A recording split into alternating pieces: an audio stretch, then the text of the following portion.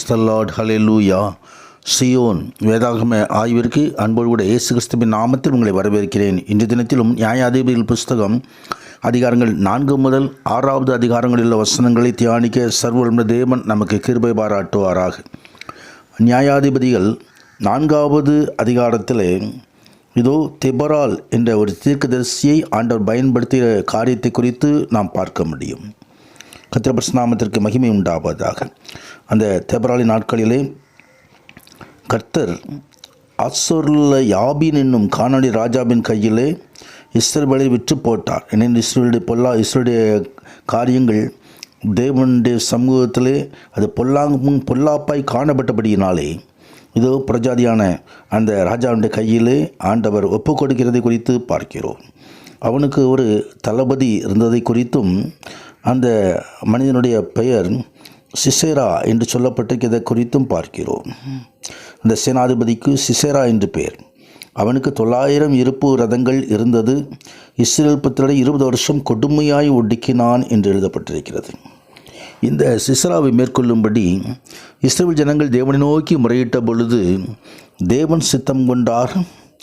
அந்த தேவன் தெபராலின் மூலமாக பாராக் என்று சொல்லப்படிதான் ஒரு மனிதனை அழைத்து இந்த சிசரா எதிர்கொண்டு வரும்பொழுது அவனுக்கு எதிராக போய் முறியடிக்கும்படி ஆண்டவர் அந்த தெபராலின் மூலமாக பேசினார். ஆனால் பாராக் தயங்கி தெபராலும் கூட வர வேண்டும் என்று சொல்லி கேட்ட பொழுது ஆண்டவராகிய தேவன் அங்கே நடப்பித்ததான காரியங்களை குறித்து பார்க்கிறோம்.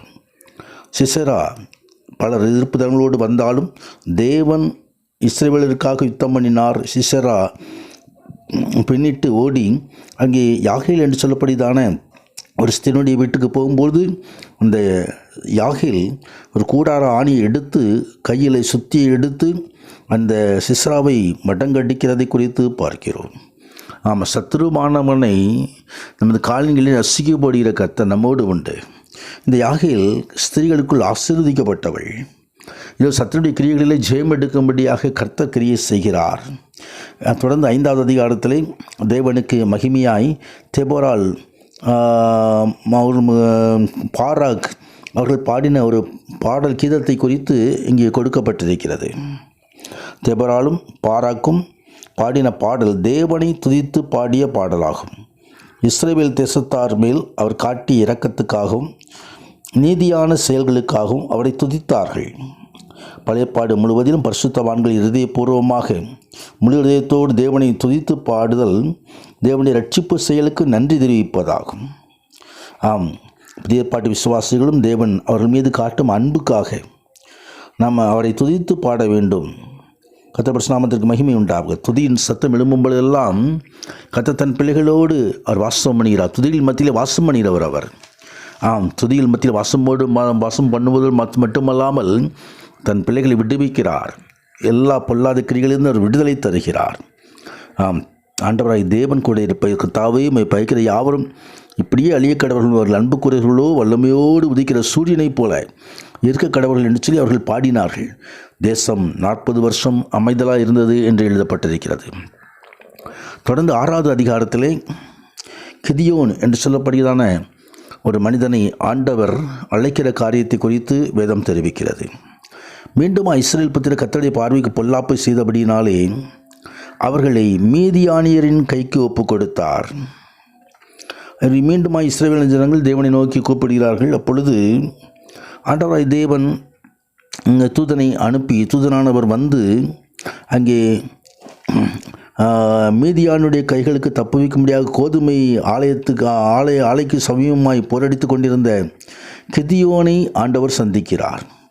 பராக்கிரமசாலியே கர்த்தரோடு இருக்கிறார் என்று சொல்லி அழைத்து கிதியோனை ஆண்டவர் ஒரு யுத்தத்துக்கு தயார்படுத்துவதை குறித்து இங்கே பார்க்கிறோம். தயங்கினதான கிதியோன் இதோ ஆண்டவராகிய தேவன் கூட இருக்கிறார் என்ற உறுதிப்படுத்துதலோடு கூட ஒரு யுத்தத்துக்கு தயாராகிறார்.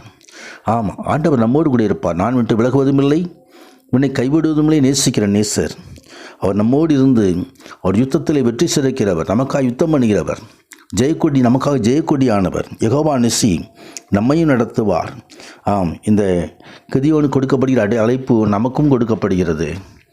சத்துருவுக்கு எதிராக சத்துருடைய காரியங்களுக்கு எதிராக நாம் செயல்பட்டு ஜெயத்தோடு கூட பரலோக ராஜ்யத்தை நாம் சுதந்திரிக்க உன்னத தேவன் நம்மை அழைக்கிறார். அந்த அழைப்புக்கு கீழ்ப்படிவோம்.